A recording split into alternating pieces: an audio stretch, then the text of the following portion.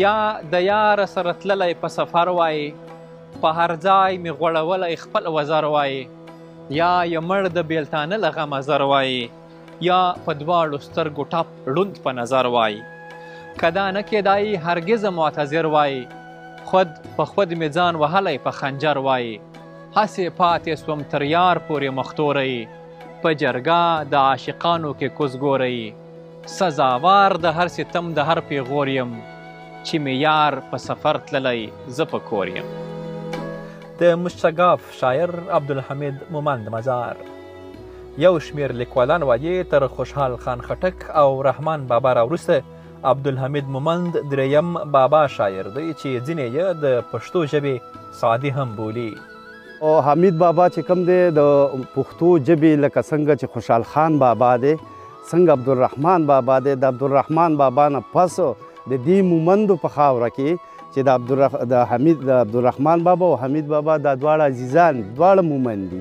نو په دې خاوره کې دریم بابا چې کوم دی هغه مشوګاف دی، چې دا لقب ورته میلاو شوی دی، چې په اخته کې سوري کول یا په اخته کې باخی وال، یا ډیر لیکوال داسې وایي تاریخ سازان وایي چې نه اخته نه سرمن ویستل دا د حمید بابا کمال دی. نو دا هغه بابا دی چې مشوګاف ورته ویلی شي عبدالحمید مومند. لیکوالان وایي عبدالحمید مومند په پښتو ادب کې د هندي مکتب لومړی شاعر و، ځکه چې د دې لیکوالانو په خبره نوموړی د همدې مکتب تر نورو شاعرانو مشر و.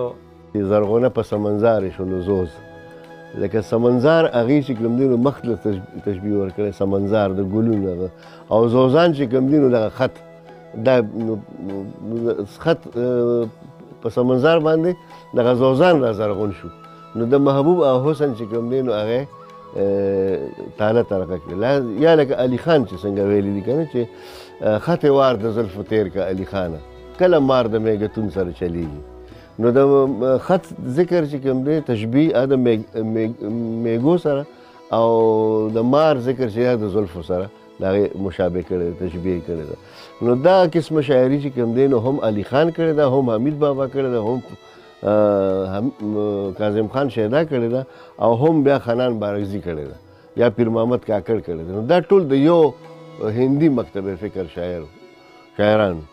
خو په دې کې اولیت چې کوم دی نو هغه بیا حمید بابا تحصیل و، ځکه چې حمید بابا د رحمان بابا په دور کې ژوندی و، او دا نور شاعران چې کوم دي دوی د دې نه وروسته دي. د عبدالحمید مومند په چاپي اثارو کې 3 کتابونه دي، چې یو یې دیوان او 2 نور دي. حمید بابا خو 3 کتابونه ښکاره دي. یو شروط الاسلام کتاب دی، خو لیکوال داسې وایي چې دا د شروط الاسلام کتاب چې کوم دی دا د حمید بابا د لیک سره برابر نه دی، د لیک لږ کمزوری دی. نو په دې وجه موږ د حمید بابا کوو نه. د حمید بابا 3 کتاب دي، چې یو دور او مرجان دی، یو نورنګش دی، او یو شاه و ګدا ده. دا 3 کتابه د حمید بابا دي.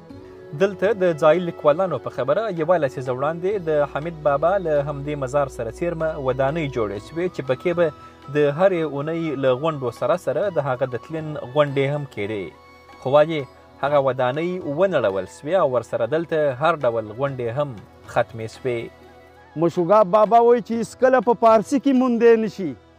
حمیدي خیر داسې ساز دی په پښتو کې، او پارسیوانو د حیرت ګوتې په غاښ کړي چې حمید سخن سازي کړه په پښتو کې، او بیا فرمایي اوس د فکر توره واچوه حمیده چې دې نشته په پښتو کې څوک قریب.